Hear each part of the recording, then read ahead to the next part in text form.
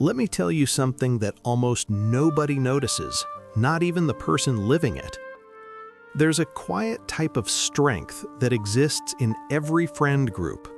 A particular person everyone leans on when life breaks open, when hearts crack, when the world feels too heavy to carry. They're the one who always picks up on emotional shifts, who listens deeply, who holds space without judgment. They are the comforter, the problem solver, the emotional landing pad for everyone around them. You might know someone like that. You might be someone like that. But here's the question people forget to ask. Who carries the weight of the person who carries everyone else? Who listens to the listener? Who notices the one who notices everything? There's a name for this role, unofficial, unassigned, but unmistakable: the therapist friend. And being the therapist friend is both a gift and a quiet burden that almost no one sees. Because from the outside, they look unshakable, wise, composed, emotionally fluent. But inside, there's a different story, one layered with exhaustion, unspoken needs, and a psychological pattern that runs far deeper than kindness or generosity. Psychologists say that the therapist friend often emerges from a particular emotional blueprint. Sometimes it's learned, sometimes it's survival, and sometimes it's the only way they've ever known how to feel useful or connected. These are people who grew up learning to read moods before words. They mastered emotional interpretation the way others mastered sports or music. Maybe their home wasn't predictable, so they became hyper-attuned to subtle shifts. Maybe they were praised for being mature for their age. Or maybe they discovered early that being helpful was the safest way to be loved. And so they grow up into adults who carry everyone's storms with quiet grace. They internalize an identity. I'm the strong one.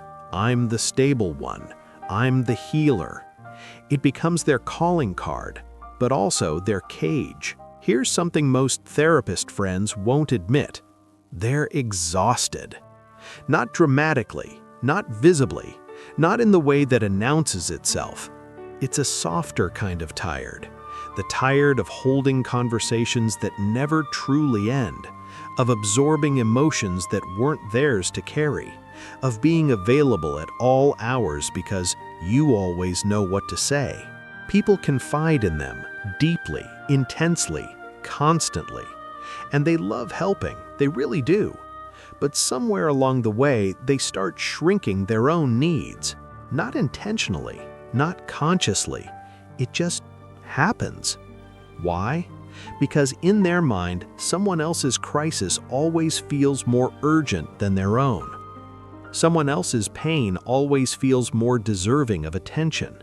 And slowly, they begin to rewrite their inner narrative. My problems aren't that big. I don't want to burden anyone. I'll figure it out myself. And so they become a lighthouse for others, all the while drifting deeper into their own uncharted waters. There's a psychological term for this pattern: emotional labor. It's the invisible work of soothing, supporting, stabilizing. Work that is rarely acknowledged and even more rarely reciprocated. Another concept comes into play too: compassion fatigue. You don't have to be a therapist by profession to experience it. When you're always the one being leaned on, there comes a point when even kindness starts to feel heavy. But the biggest psychological force behind the therapist friend? Role entrapment. Once people see you as the reliable one, the wise one, the strong one, they stop imagining you as anything else. You become the listener, not the one who speaks. You become the advice giver, not the one who breaks down. You become the safe place, not the one who needs safety. And here's the heartbreaking part. The therapist friend often reinforces this trap without meaning to. They say, "I'm okay," too quickly. They brush off concern. They smile when they're tired, laugh when they're hurting, and say, "It's fine," because they don't know how to be anything but fine. When your identity is built on being strong, vulnerability feels like failure. But deep down, the therapist friend wants something simple, something so basic they feel guilty for even wanting it. To be held the way they hold others. To be asked, "How are you, really?" To be listened to without being the one who has to listen back. To be someone's soft place to land. They don't need a rescuer, they just need a witness, a companion in the dark, someone who sees the cracks they've covered with empathy and insight. Let's go deeper. There is a hidden paradox at the core of the therapist's friend's psychology. They feel deeply connected to everyone, yet quietly disconnected from themselves. Because when you spend your life tuning into other people's emotions, your own start to fade into background noise. You learn to identify sadness in someone else's voice, but not in your own chest. You can detect anxiety in a friend's pauses, but not in your own restlessness. You know when others are breaking, but you don't notice when you are. People think the therapist friend doesn't need support because they're emotionally strong.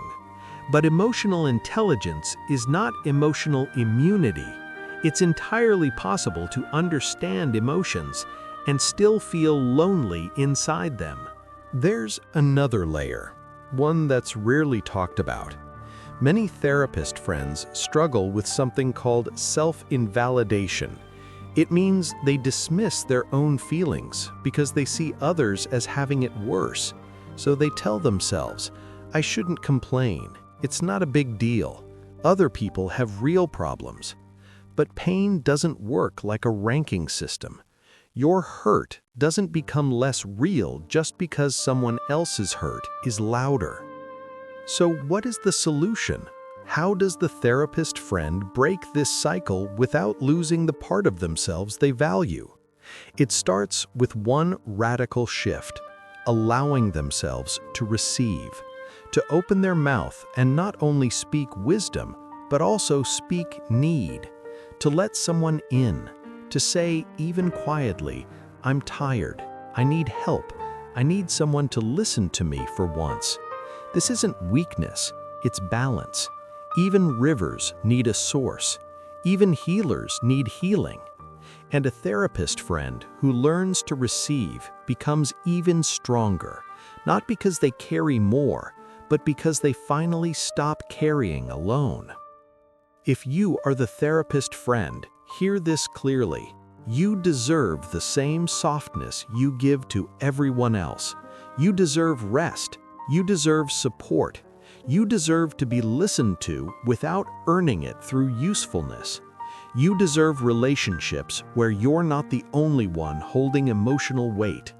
You deserve to be someone's rock, but also someone's held, someone's cared for, someone's safe place too.